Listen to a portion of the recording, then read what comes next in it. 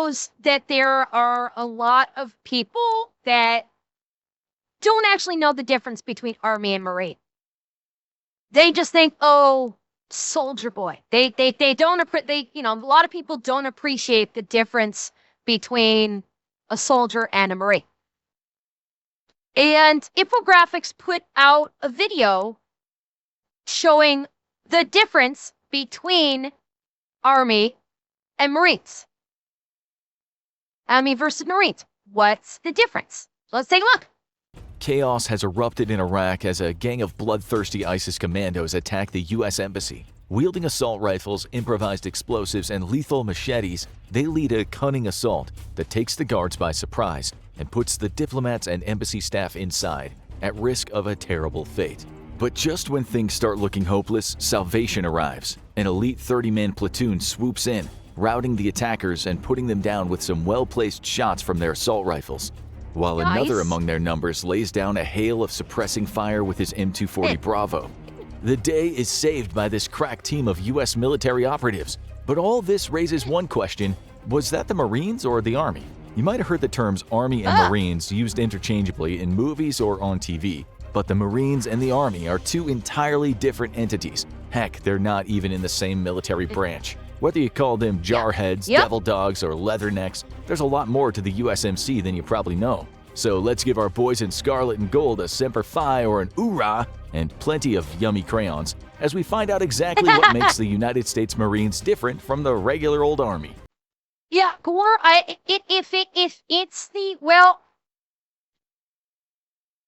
there was a true story that I'm trying to remember which one it was. Like, I'm not sure which story that they were referencing at the beginning. And I can't remember what city it was in. I remember that there was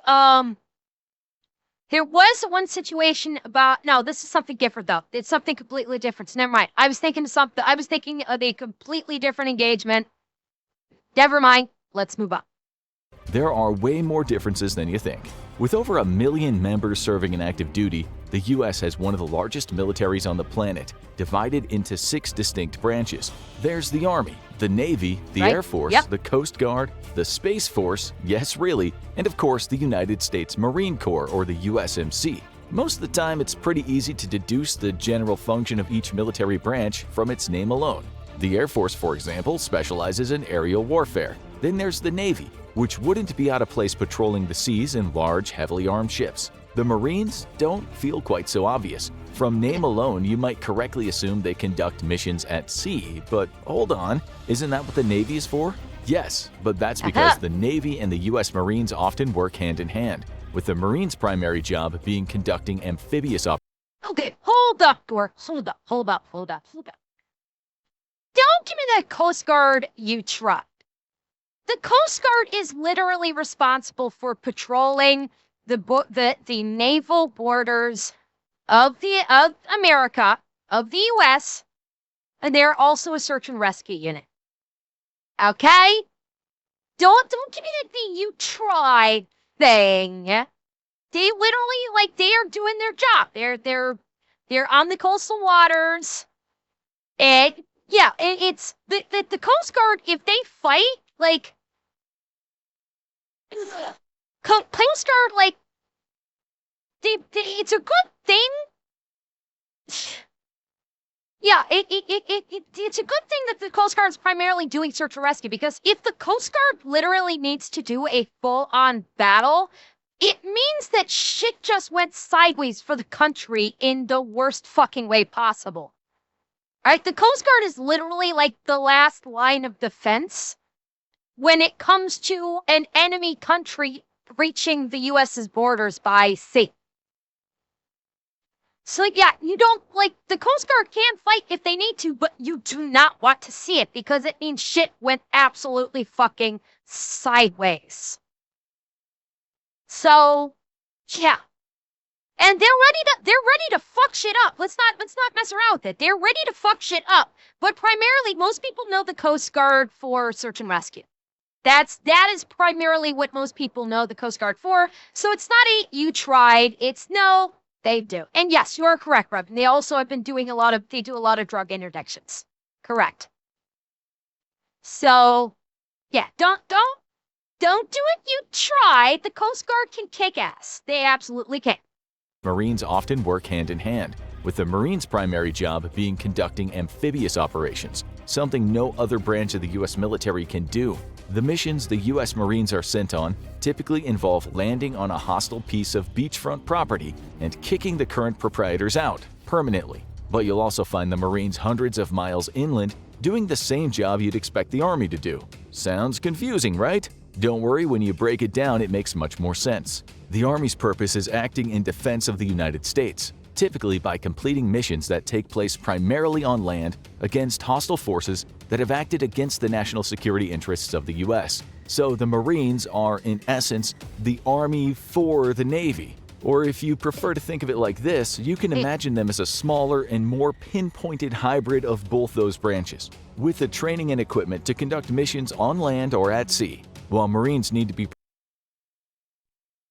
Also classify them more as the Marines are America's first strike force versus the Army is, well, while the Army, like some of their special operations groups will do like tactical strikes, the Army writ large is sort of a reactionary force.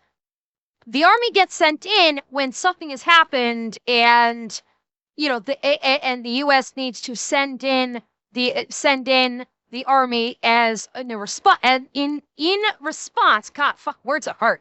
In response to an enemy action, whereas the Marines, they will send them in first to stop it before it even begins.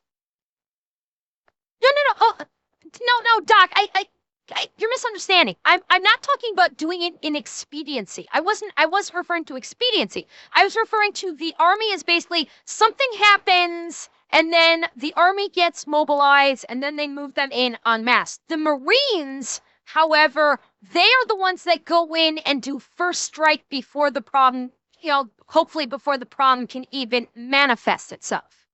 That's what I'm saying, is they will send in the Marines to hit something hard and fast to stop the problem before it can even begin.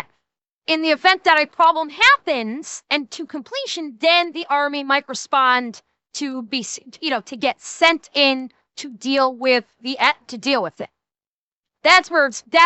So you misconstrued. I think you misconstrued a little bit of what I was saying in terms of the Marines going in first before the problem actually happens. Like they see something happening and they see something happening and it could turn big, so they'll send in the Marines to address the problem before it becomes big. If it becomes big, then that's usually when the Army might go in. And the Marines don't need congressional approval. The president has authority to deploy the Marines as he sees fit, which is why we saw the Marines getting deployed in the various, in D.C. And did he deploy them I forget. Did he deploy them in Chicago? I forget. Did the Marines get deployed in Chicago recently or not? Or was that just the National Guard? And then of course there's been talk about deploying them in Portland too. But yeah, that's why we've been seeing the Marines getting deployed. Okay, it was National Guard. Okay. But yeah, that's why we saw the Marines get deployed in DC, is because the president did the order to deploy the Marines because the Marines are under his initial command. Prepared for any type of mission, wet or dry, the Army is only tasked with duties that take place on solid ground. Although it's not uncommon for the different specialized branches of the U.S. military to work together collaboratively. Joint operations like these are vital for securing objectives that call for the skills of multiple different branches of the military. In the case of the Marines, being a force that can operate from both the land and the sea, its members can assist other military units in missions that require getting personnel from the sea to the land where they may not have previously trained to do so. But the Marines' other specialty is their role as a quick reaction force. United States Marines are often referred to as the tip of the spear. They consist of combat-ready specialized units that are trained to respond to urgent situations and conflict operations wherever and whenever necessary. Marines. Yeah, Doc, I was going to say, I was going to let it slide, but since you brought it up, yeah, the Army does have more like aquatic type vehicles, not boats, but actual like as you put it, marine vehicles than the Navy does, because the Navy primarily has the boats. The Navy doesn't need marine vehicles. They have no need. The Navy is literally boats and subs. The Army is the one that needs to transition from, like, potentially transition from boats to shore. So it's like, yeah, the Army and the Marines have more amphibious. Like, the Marines obviously have the far more amphibious. What? Wait, what? What Marines have? Wait, okay. The Army has more boats. The Army has more boats than the Navy. Really? And the Army has more aircraft than the Air Force.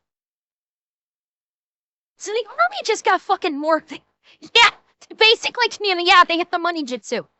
I mean, it kind of makes sense. The Army is considered, yeah, the Army is kind of considered the main combat force for the United States military, whereas the Marines, the Navy, and the Air Force are a bit more specialized.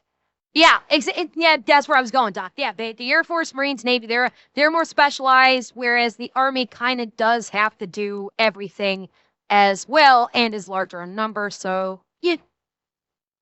Situations and conflict operations Correct, wherever Ouroboros. and Yeah, that's whenever true. necessary. Marine expeditionary units must remain prepared for combat at all times and are among the first to respond to dangerous situations. However, Marines aren't meant to conduct heavy combat operations on their own. They don't even have tanks anymore. This is where the Army comes in, with the Marines acting as a fast, agile, and flexible quick reaction force, and the Army bringing the big guns right behind them. Although the two forces undergo different types of training, there's often room for overlap between the Army and the Marines, and their capabilities can even complement each other. That being said, even though all Marines are trained to engage in amphibious warfare, very few in the U.S. Army are. Most Army units are assigned a specific terrain or type of warfare to specialize in. These can include airborne or mountainous infantry, or even the famed U.S. Army Rangers. This is by far one of the hardest specialties to achieve, but doing so will result in a soldier serving the United States Ranger Regiment, an elite special operations unit famous for conducting missions deep within enemy territory amongst severe adverse conditions. Meanwhile, all U.S. Marines are considered amphibious troops, but lack the type of training that a U.S. Army Mountain Division might have, for instance. When it comes to who out of the Army or Marines is better equipped, it's definitely the former. The U.S. Army has consistently been the first of the two to receive rollouts of newer weapons. Take the M4A1 carbine, for example. This assault rifle is a shorter version of the M16, capable of both semi-automatic and automatic fire. While it's now used by both forces, the Army was the one first equipped with it, long before the Marines eventually adopted the weapon. This also applies to newer weapon add-ons and attachments, such as optical sights, lasers, and hand grips. We've seen this recently with the M4, as the Picatinny rails on the weapon's receiver and handguards make it compatible with various attachments. This includes the M203 underbarrel grenade launcher, which is widely used by the U.S. Marines. Meanwhile, the Army is adopting the M320 as its primary grenade launcher, which can be fired as a standalone firearm or mounted to other weapons like an M4. The point is, the Marines do get their hands on all the fancy new firearms and attachments eventually. It just tends to be much later than the Army. A further and this is bit, we talked about this. This is the kind of the staple about the Marines, is the Marines really need, this is why Marines had the reputation for improvise, adapt, and overcome, is because when it comes to loadout, they are the redheaded stepchildren of the military. Everybody gets the new shit before the Marines do. So the Marines always had the older shit. They gotta make do, and they have to still remain as the tip of the spear. So they're really fucking good at figuring out how to make their old shit even more lethal. It's why they have the very deserved reputation of being able to improvise like nobody else. difference between the Marines and the U.S. Army is their flags and iconography. The U.S. has several separate flags that are each designed for specific branches of the military. The flag of the U.S. Army was originally designed with the seal of the U.S. War Office, as well as the words United States Army, their star emblem insignia, and the year 1775 emblazoned over a white background. 1775 is the year in which the U.S. Army was officially established, making it the oldest branch of the United States' vast military. The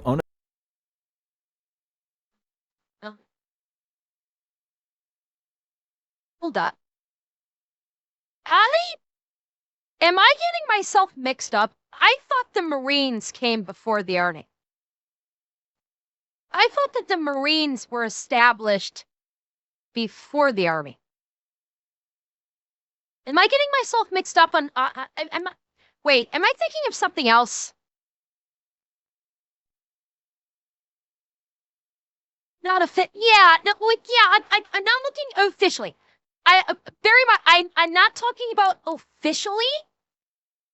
Yeah, I'm just thinking like unofficially, I thought that the Marines came into existence prior to the Army. Like, wasn't like unofficially the Marines came into existence 1 year before the continental U.S. Officially established a military. Officially speaking, not unofficially, officially the Army.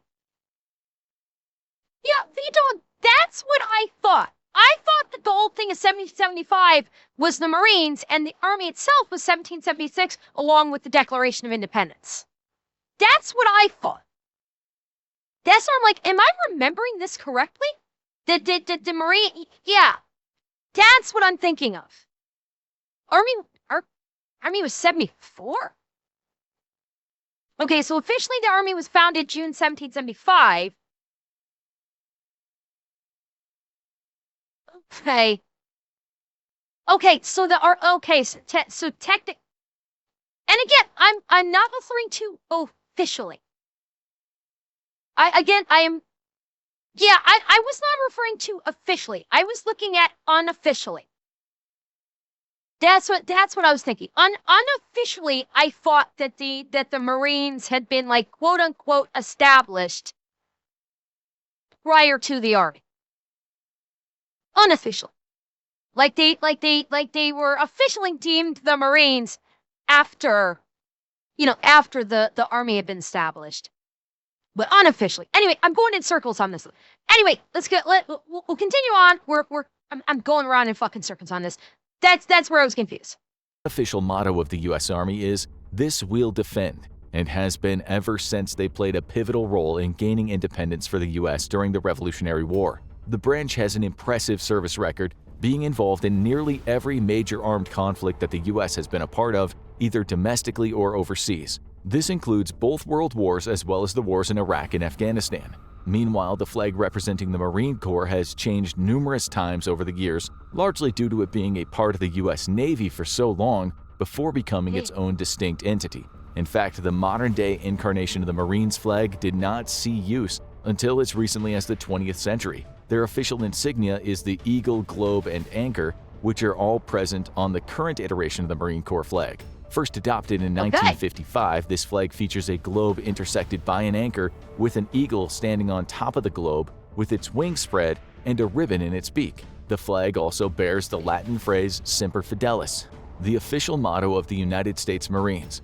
which has become something of a legendary phrase amongst its members. Translating to always faithful and frequently shortened to Semper Fi, it can often be heard yelled, cheered, or used as a greeting among current and former Marines, intended to remind them of their close commitment to their comrades and nation both. But enough sweating the small stuff, let's talk about size, duties, and operational structure. The U.S. Army is split into 3 distinct units: the Army Reserve, and the National Guard. As well as engaging in warfare on battlefields outside of the U.S., the Army also has a responsibility to protect America domestically, meaning in times of national crisis or even invasion, you'd be more likely to see the U.S. Army on United States soil, while the Marines handle things in foreign territory. Compared to the Army, there are also a comparatively smaller number of Marine Corps personnel in service. As of 2020, there were over 180,000 Marines actively serving, with a further 32,000 in reserve, compared to the over 450,000 active duty soldiers in the U.S. Army,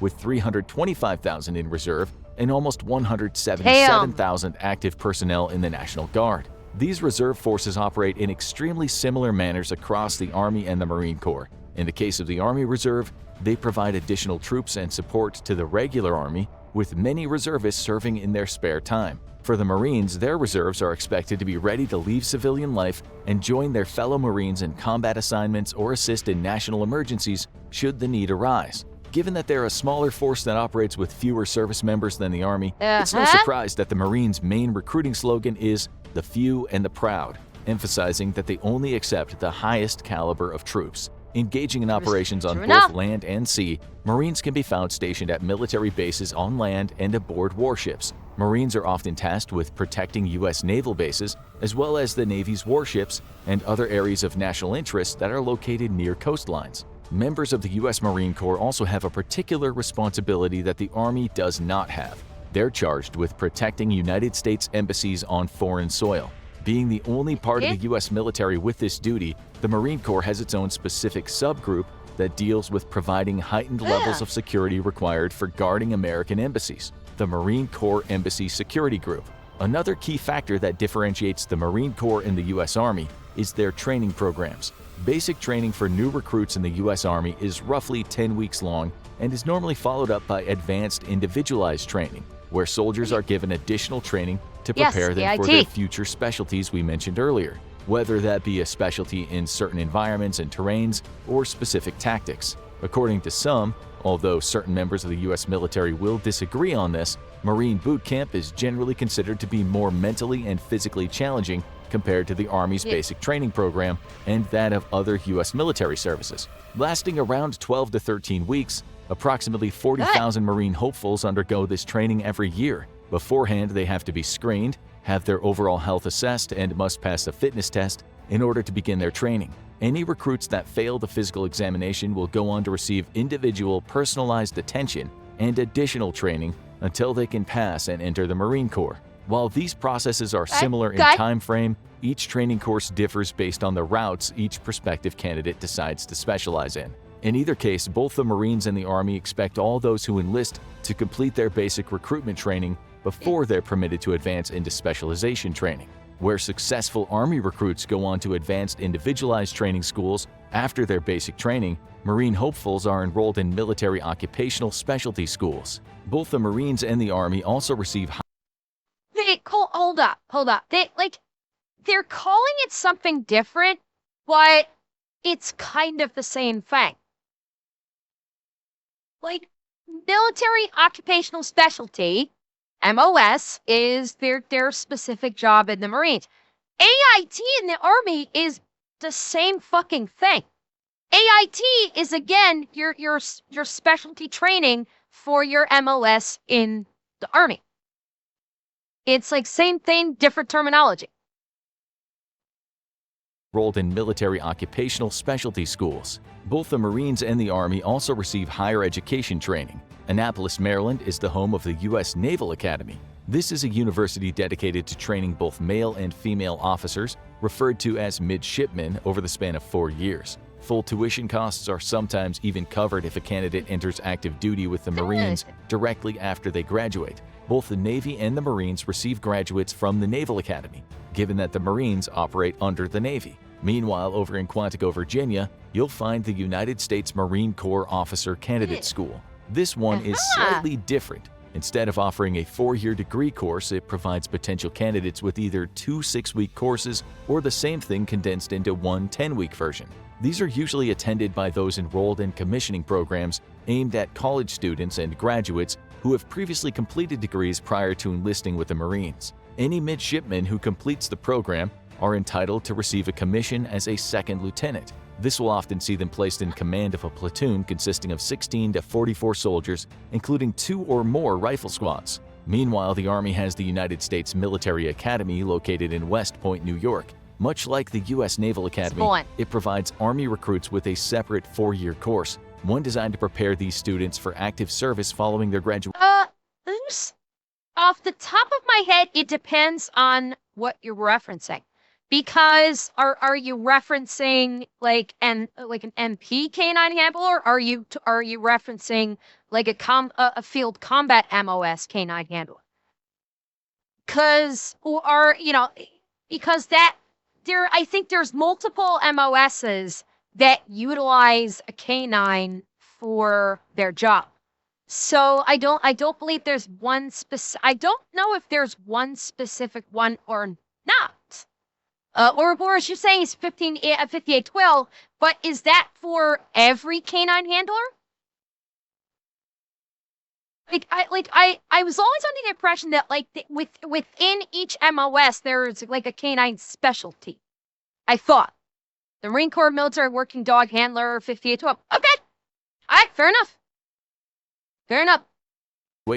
Also, much like the aforementioned Naval Academy, West Point will grant free tuition to anyone who enters active military duty upon completion of their degree. The Army's equivalent of the Marine Officers Training Program is their own officer candidate school in Fort Benning, Georgia. Yes, yeah. This school also offers courses specifically for college graduates, and after they've completed a vigorous 12-week course, these graduates will also be awarded the rank of second lieutenant, only within the United States Army instead. So while their training might be different and the courses for enlistees will also differ, the ways in which Marines and Army recruit and teach their prospective soldiers follows a similar pattern.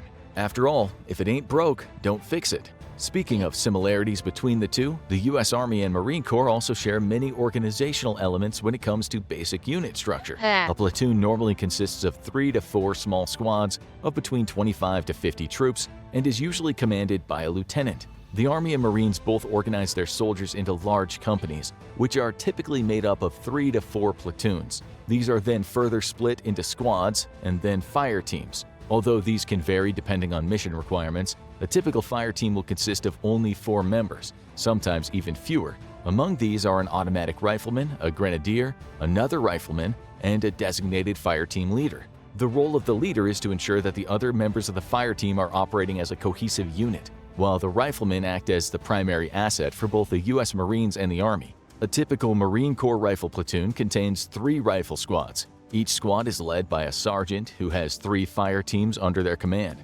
Then every one of those smaller fire teams is led by a corporal who oversees the automatic rifleman, assistant automatic rifleman, and rifleman. In some cases, a fire team leader will be equipped with an M16 assault rifle that has an M203 grenade launcher attachment, allowing him to act as a quasi-grenadier. A platoon of the U.S. Army, however, will normally contain squads with fewer troops despite their overall greater number of active duty personnel. Sergeants or staff sergeants are normally the ones assigned to lead rifle squads, as well as fire teams consisting of about 4 soldiers. Army fire teams have a team leader present, and their composition can vary, but typically includes an automatic rifleman, a grenadier, and another rifleman. One of the riflemen in each Army squad is also sometimes designated as the marksman, specially trained to engage targets with precision fire. In each of the Army's platoons, given that their fire teams are much smaller, there are usually enough troops to form an additional fire team, the Infantry Weapons Squad. This What's funny is I've heard Eli talk on Unseb.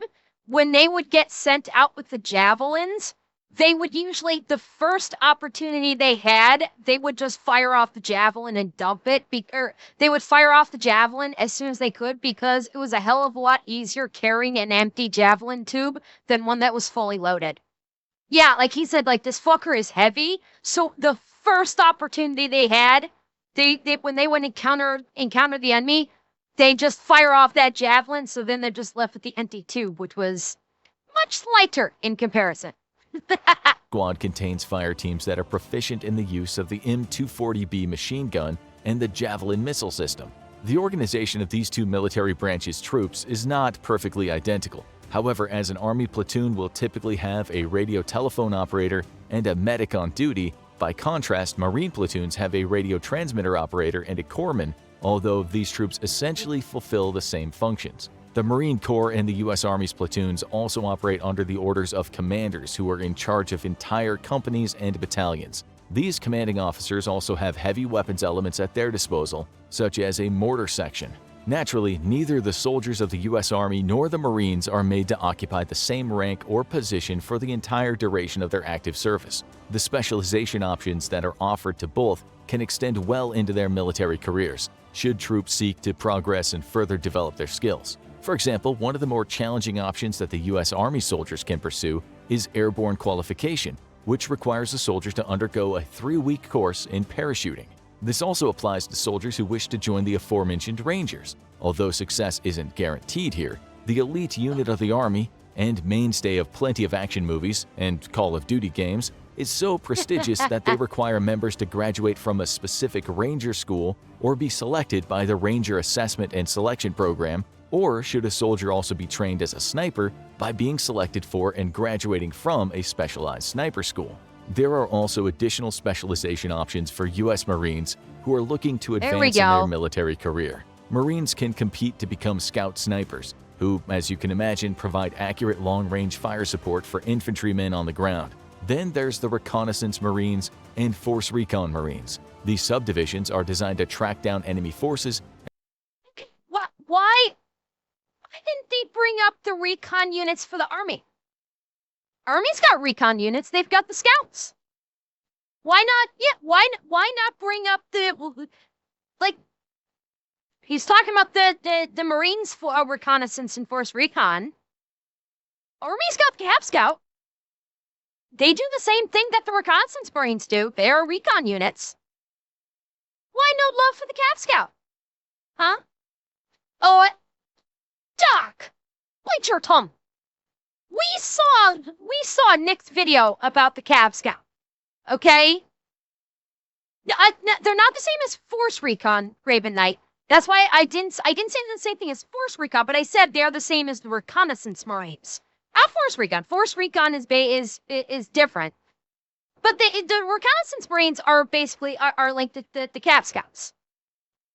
And then relay their locations, troop numbers, and activities back to commanding officers. Although the two branches have their differences, in ideal military operations they can work in unison to ensure the U.S. military achieves even its most challenging objectives. And to avoid that wrath being directed toward you, make sure you don't ask a former Marine what unit he served in during his time in the Army. Now check out U.S. Special Forces vs. Wagner Group, Battle of Kasham, or watch What Actually Went Wrong in Afghanistan.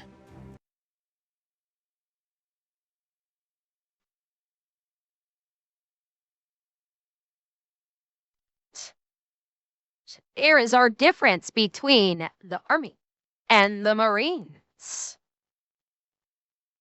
Is it?